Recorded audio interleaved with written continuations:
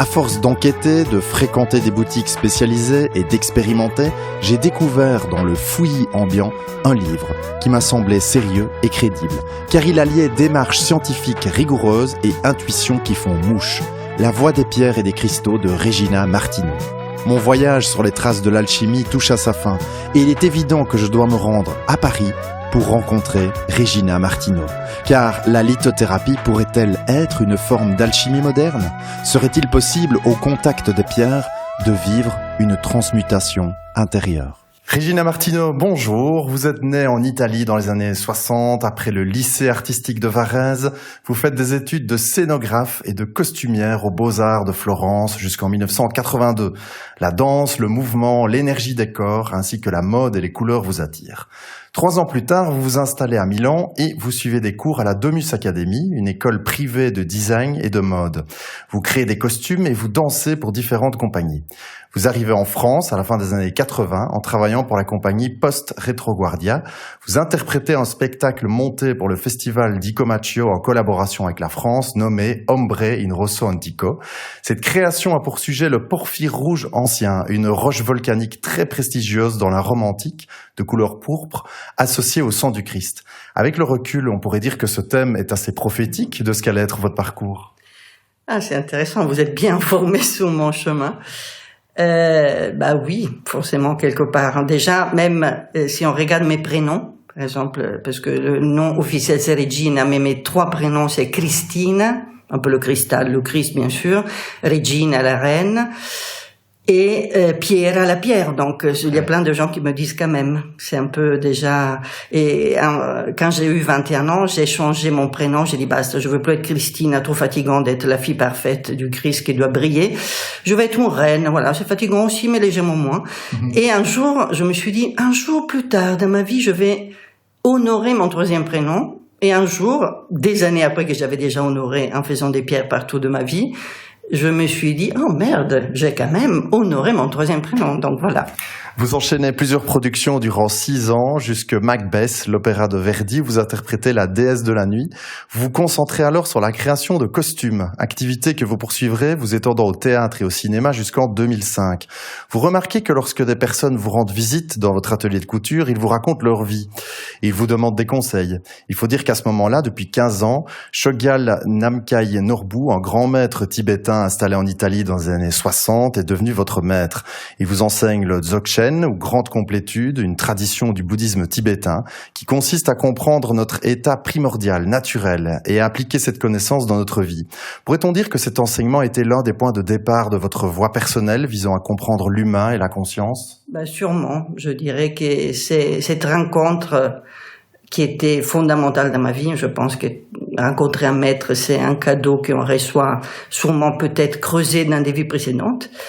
Et cette philosophie du Dzogchen, qui après il faut l'appliquer aussi à notre propre conscience, c'est la base de ma vision du monde, ça c'est évident. Je pense que toute personne qui pratique en voie, si vraiment essaie de l'intégrer à sa vie, va forcément réémerger dans tout ce qu'il fait. Alors pour faire le lien avec le titre du podcast, La journée commence par le rêve, votre maître vous enseigne la pratique du yoga du rêve. Ça consistait en quoi ? C'est une pratique très intéressante. Il y a même un livre qui a été écrit par Chogyal Namkhai Norbu et un autre par son disciple que des fois j'invite à faire des séminaires ici dans mon centre, qui m'a contacté hier parce que vu qu'on est connecté. Lui il s'appelle Michael Katz, il a écrit plusieurs livres, c'est un Américain. Et c'est une pratique de garder cette conscience qui est mise en exergue, c'est la partie centrale du Dzogchen, de la garder aussi pendant la nuit. Ça veut dire des pratiques qui font que nos rêves soient vécus possiblement, en tout cas l'entraînement pour ça, dans un état de conscience, de pleine conscience, comme on pourrait dire dans la modernité, pleine conscience on dit maintenant. Votre déclic aura lieu en 2005, après la pratique et l'étude aux côtés de Jean-Marc Aysaleh de la pensée chinoise et après la chromothérapie, approche utilisant des couleurs à des fins thérapeutiques dont l'origine remonte à l'Égypte et à la Grèce antique, en compagnie de Jean-Michel Weiss. Vous suivez une formation à Lausanne, à l'école Le Génie du Lieu, avec Stéphane Cardino, un architecte devenu géobiologue qui étudie les influences de l'environnement sur le vivant. Il vous vient alors l'envie de mesurer les influences des pierres et des cristaux sur le vivant. Avec un groupe de recherche, vous mettez des pierres dans des boîtes blanches et listez à l'aveugle les effets, les champs, les influences. Un ingénieur en informatique dans le groupe établit des statistiques pour confirmer la pertinence des résultats. Vous réconciliez analyse scientifique avec des mesures et des protocoles très précis et démarche ésotérique en utilisant clairvoyance et ressenti. Notre société cartésienne a tendance à opposer ces deux démarches. Pourtant, est-ce qu'elles ne sont pas complémentaires ? Évidemment.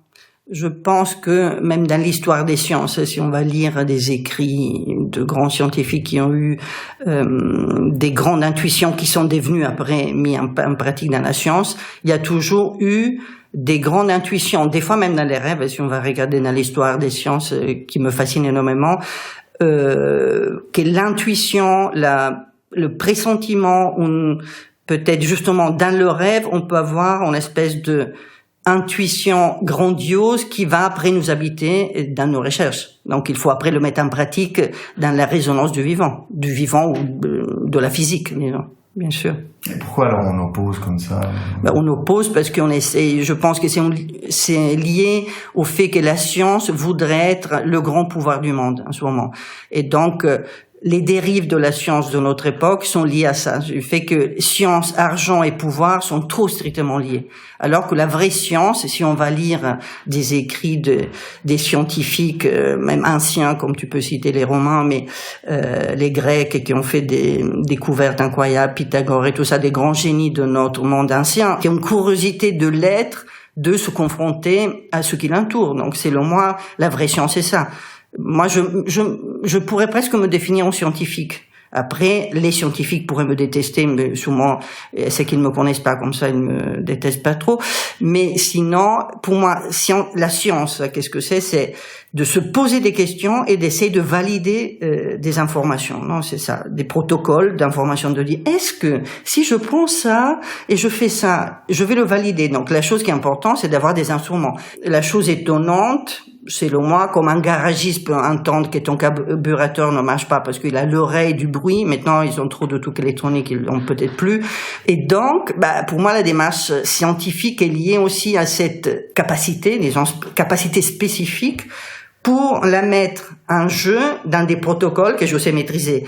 Et qu'est-ce que c'est la science ? C'est d'avoir des protocoles qui, à l'aveugle, sont reproductibles à l'aveugle, sont reproductibles par d'autres personnes qui ont la même chose. Ça, pour moi, c'est scientifique. Donc après, j'ai pas la prétention et le désir d'être, par exemple, adoubé par un, entre guillemets, président de la République ou la vérité de l'OMS ou je sais pas quoi, sur le fait que quelque chose fonctionne. Pour moi, la réponse, c'est j'ai eu beaucoup de reproductions de la même chose, donc elle a un sens. Et après, décoder quelque chose, avoir la confirmation que l'autre me dit, c'est exactement ça, parce qu'on l'a fait voir par d'autres personnes et on a tous rêvé, sans que j'ai l'information. On met en place une solution et cette solution fonctionne.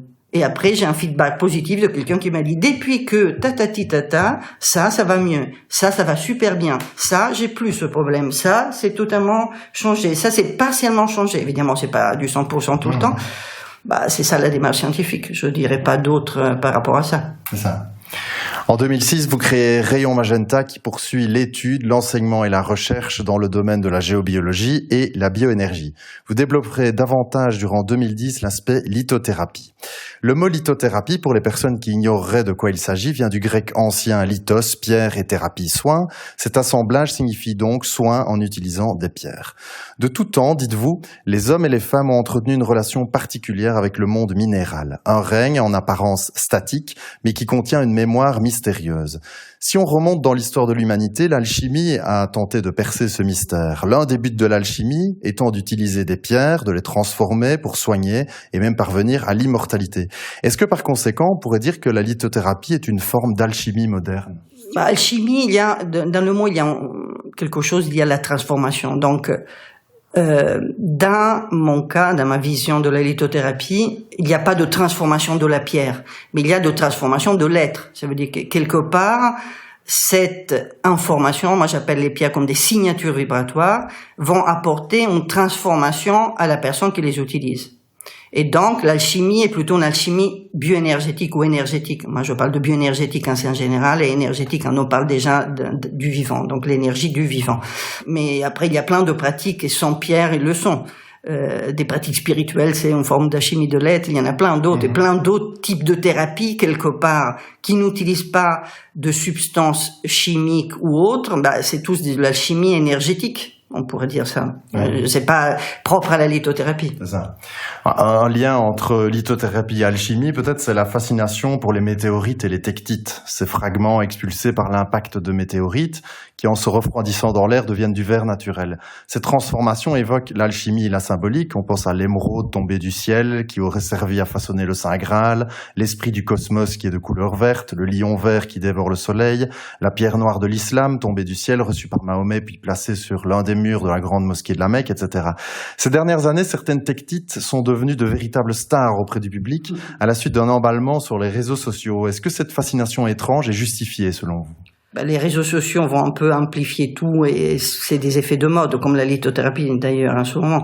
La tectite, il y a du matériau exomatériel qui vient d'autres planètes, qui vient ensemencer la Terre et fondre la matière terrestre. Donc c'est un impact. Donc du coup, c'est notre propre matière qui est ensemencée avec des gaz, quelques petites traces d'autre chose. Alors que la météorite, c'est vraiment quelque chose qui vient de l'extérieur et qui vient sur notre planète. Je pense qu'on n'a pas encore assez compris la valeur magnifique de notre planète qu'on est en train de détruire. On n'a pas encore compris totalement notre incarnation pour pouvoir dire « Ah, je vais méditer avec quelque chose qui vient d'ailleurs ». On veut toujours aller ailleurs, mais c'est l'ici et maintenant qui est notre incarnation. Et donc, du coup, la météorite, selon moi, c'est pas très intéressant au niveau énergétique. Mais les tectites, c'est encore autre chose. Moi, j'adore le verre libique. Je pense que c'est ce que tu as lu sur mon livre. Voilà, parce que le verre libique, c'est un peu moins connu, là, ça commence.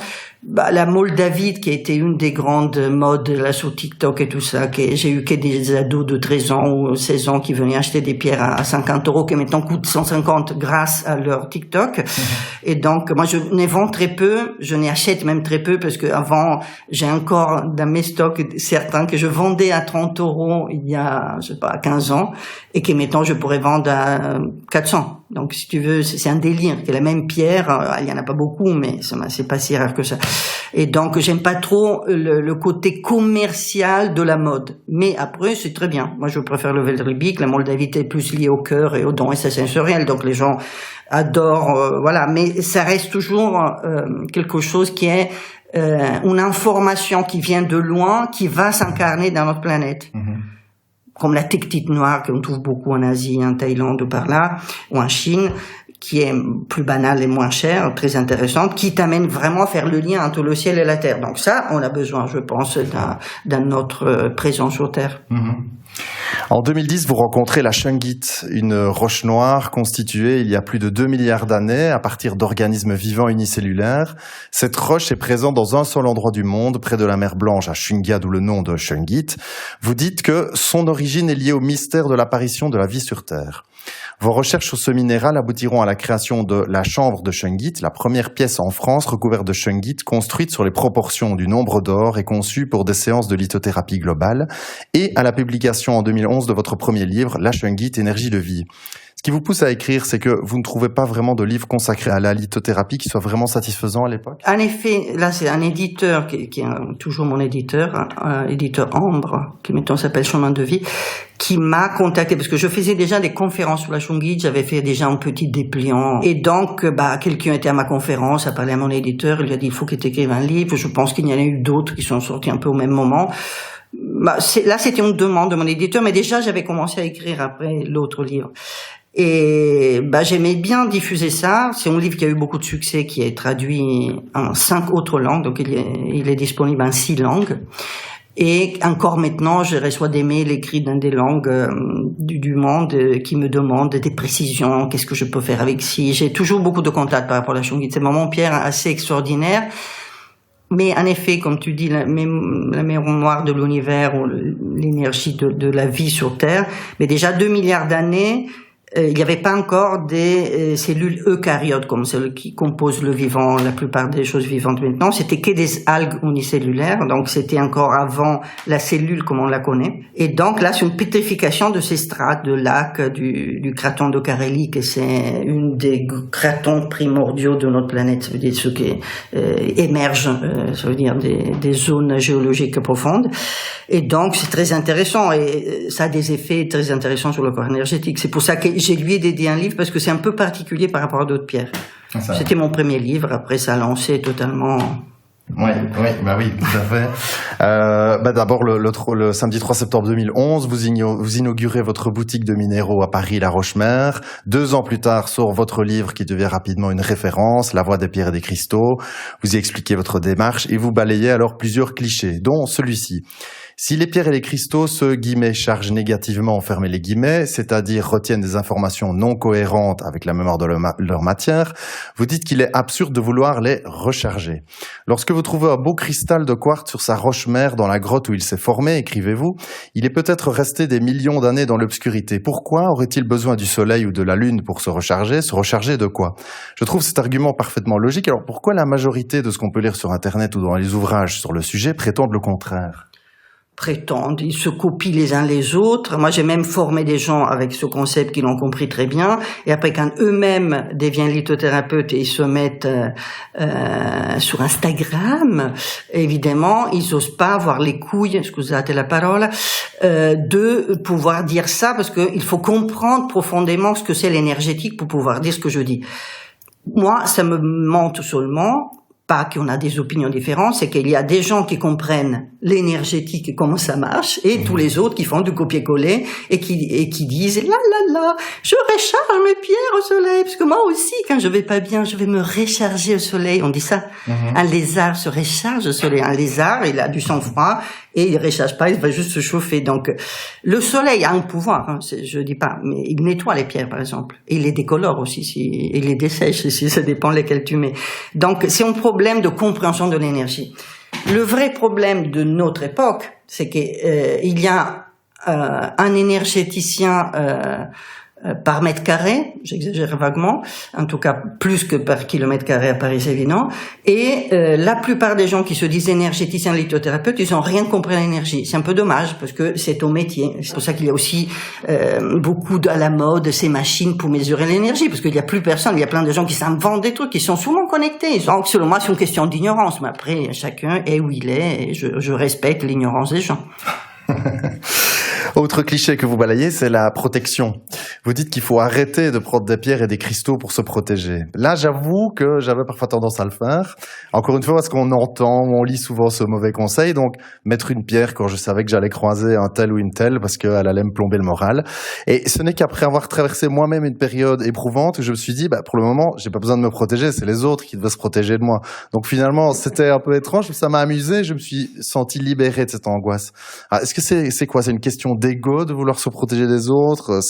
Pourquoi est-ce qu'on pense ça? Non, c'est pas une question d'ego, c'est toujours une question de colporter des fausses informations. Ça, c'est propre à notre époque. Les gens copient-coller et disent des trucs. Moi, souvent, les gens viennent à la boutique, un thérapeute me dit « Bonjour, je suis thérapeute, donc j'ai besoin d'une pierre de protection ». Moi, je lui explique que surtout là, je parle des thérapeutes, mais ça vaut pour tout le monde, il y a quelqu'un qui vient dans ton cabinet, qui va même te payer et que tu devrais être un peu content qu'il vient, et tu te protèges de lui. Ça veut dire que toi, t'es fantastique, l'autre est dégueulasse, et donc il faut mettre une barrière.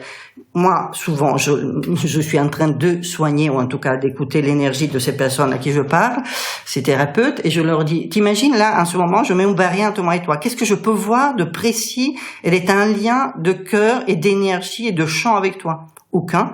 Je crée un champ, mais moi, on m'a même enseigné des choses comme ça. Il y a plein d'écoles de thérapie, on enseigne les gens à se protéger. Pourquoi ça? C'est très facile, parce que quand tu es thérapeute, tu devrais avoir fait des années de travail sur toi avant de pouvoir prétendre de t'aider l'énergie des autres, parce que ça veut dire que tu dois vraiment connaître la tienne et comment elle fonctionne, chose que les gens font pas. Les écoles sont très limitées, donc à la place de lâcher dans la nature des thérapeutes qui n'ont pas du tout fini leur formation intérieure, ça veut dire en faisant énormément de thérapie, qu'est-ce qu'on va faire? On va oui, t'es pas prêt, t'es encore trop de bordel que tu comprends pas comment tu fonctionnes, mais si tu te protèges, ça veut dire tu protèges les autres de ta malfaçon à comprendre l'énergie des autres, peut-être il y a des chances que tu te chopes pas toutes les choses des autres parce que t'as pas compris comment ça marche la thérapie. D'un autre côté, il y a aussi quelque chose de terriblement, c'est même pas inconscient, moi je dirais même méchant, hein, c'est pas avec un mot tout simple que ça, du fait que l'autre est un danger pour toi, parce que il est dégueulasse, méchant, agressif, il a des mauvaises énergies. Ça veut dire déjà que toi, t'es gentil, t'as des énergies sublimes et t'es totalement aligné.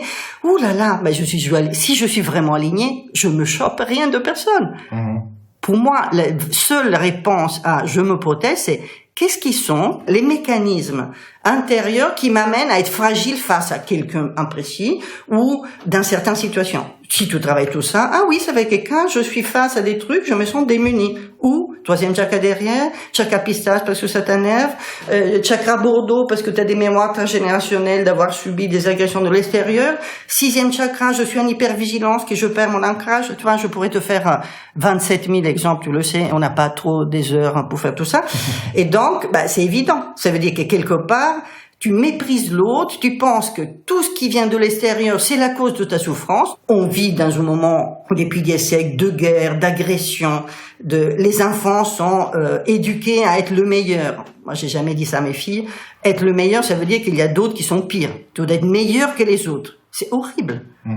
Sois génial. Profite de cette étude avec tes moyens. Essaie de développer tes moyens. Si on commence à vivre comme ça, moi, je suis alignée dans ma vie et j'essaie de profiter du rencontre avec l'autre pour me nourrir. Même on rencontre avec quelqu'un qui est déphasé, qui est agressif, on peut rencontrer quelqu'un qui est agressif, qui est déprimé, qui vibre peut-être bas, on s'en fiche, parce qu'il va pas bien. Moi, déjà, j'ai une vision thérapeutique, donc je vois quelqu'un qui va pas bien, je pense, ou le pauvre, il va pas bien, hein, ça s'appelle aussi la compassion au-delà de la thérapie, hein. Et donc, quelque part, se protéger de l'extérieur égale je veux plus apprendre rien de l'univers alors qu'il m'envoie plein de leçons dans la rencontre avec l'autre du matin au soir. Donc si on se protège de ceux qui enseignent, bah ça veut dire qu'on est très joyeux d'être ignorant et d'accuser le monde, donc ça crée des conflits davantage et ça fait pas évoluer les êtres. Bah, c'est ça un peu le période qu'on est en train de vivre. Alors je voudrais, avant de conclure ce podcast, quand même toucher quelques mots sur la communication animale, parce que vous avez dit que c'était votre passion actuelle, votre terrain de recherche actuel. Vous allez faire quoi en fait exactement avec je vais pas forcément là. Je me suis initiée avec Anna Evans, qui est quelqu'un de génial, à la communication animale pour comprendre davantage, parce que ça fait un moment que je travaille. Pour moi, le vivant vibre, non, la fameuse bioénergie, mais elle est pas seulement pour les humains. On est des animaux comme les autres, comme je dis souvent. Et donc, c'est les autres qui sont des animaux comme nous. Donc, je me suis intéressée, mais ça fait longtemps, ça fait plus de 10 ans que je fais des conseils pour les animaux. Mais au début, je les faisais comme si ça me semblait évident. Et là, je me dis quand même, il faudrait peut-être que j'aide les gens à pouvoir aider leurs animaux. Moi, je le vois aussi comme une espèce de la lithothérapie animale. Je suis en train d'écrire un livre qui va sortir en 2024 sur la lithothérapie animale. Et donc, je fais des recherches, disons, j'essaie de l'appliquer davantage en ce moment pour avoir plus de notions et plus de feedback à donner dans mon livre. Et en effet, on vibre pareil, on a les mêmes chakras, mis plus ou moins dans les mêmes endroits, hein, je veux dire, long de l'axe de notre axe vital, colonne vertébrale, voilà. Et donc, on est dans les mêmes fréquences. Pour moi, il n'y a pas trop de différence. Et donc, la chose qui est intéressante, c'est de donner des outils aux passionnés d'animaux, qu'il y a de plus en plus, pour pouvoir aider les animaux avec les fréquences des pierres. Ça, c'est le premier volet. Et puis, d'un autre côté, je me rends compte que cette passion pour la communication animale, c'est un grand développement. Pour les soins aux animaux, c'est vraiment, ça commence à devenir un nouveau boom dans ces mondes subtils. Je trouve ça magnifique parce que quelque part, c'est qu'on se rend compte que peut-être des animaux, c'est un chemin de découverte de notre propre animalité. Et donc de se remettre à une source un peu plus simple à l'intérieur de nous, de cette présence à la vie. Et je pense que ceux qui ont des animaux ont déjà cette capacité de lâcher le mental et de faire « Oh mon petit, oui bien sûr, oui tu es en train de me demander ça ». On a tous quelque chose de... Tous les gens qui ont vécu avec des animaux se rendent compte que il y a quelque chose de plus simple et de plus direct qui va au-delà du mental. Et donc, c'est ça qui est beau. Et je pense que c'est peut-être un des grands défis de notre époque, c'est de sortir de cette virtualisation mentale terrifiante qui va juste s'accélérer avec les intelligences artificielles et tous ces, entre guillemets, développements magnifiques de ce qui nous attend. Et donc, je pense que les animaux, c'est aussi une piste de sauvetage de l'humain, hein, même pas de la planète déjà, de l'humain, que je pense qu'il a vraiment grand besoin de qu'il se retrouve à être un peu bête, entre guillemets. Regina Martino, merci de m'avoir reçu. Je vous laisse, comme à chaque fin d'épisode, conclure ce podcast. Quelque chose à ajouter, que j'aurais oublié de vous demander, un message? Si vous me laissez, on parlera encore 1 heure, j'ai plein de messages. Peut-être d'encourager les personnes à se faire confiance, pas aveuglement sur leur ego, mais à faire confiance à ce qui est leur énergie profonde, leur ancrage, leur présence. Et donc vraiment d'aller pas écouter des grands gourous, et je parle pas des grands maîtres, mais des gens qui vous promettent de devenir des êtres très particuliers, parce qu'il y a un peu ça comme quête, mais de redevenir humain au profond, dans l'énergie vitale et dans quelque chose qui est très simple, qui circule toujours à nous. Et donc peut-être inviter aussi à devenir un peu animal, ça c'est mon nouvel truc, de redécouvrir l'animalité lumineuse qui nous habite. Merci. Ce voyage à la recherche de l'alchimie aura duré 1 an.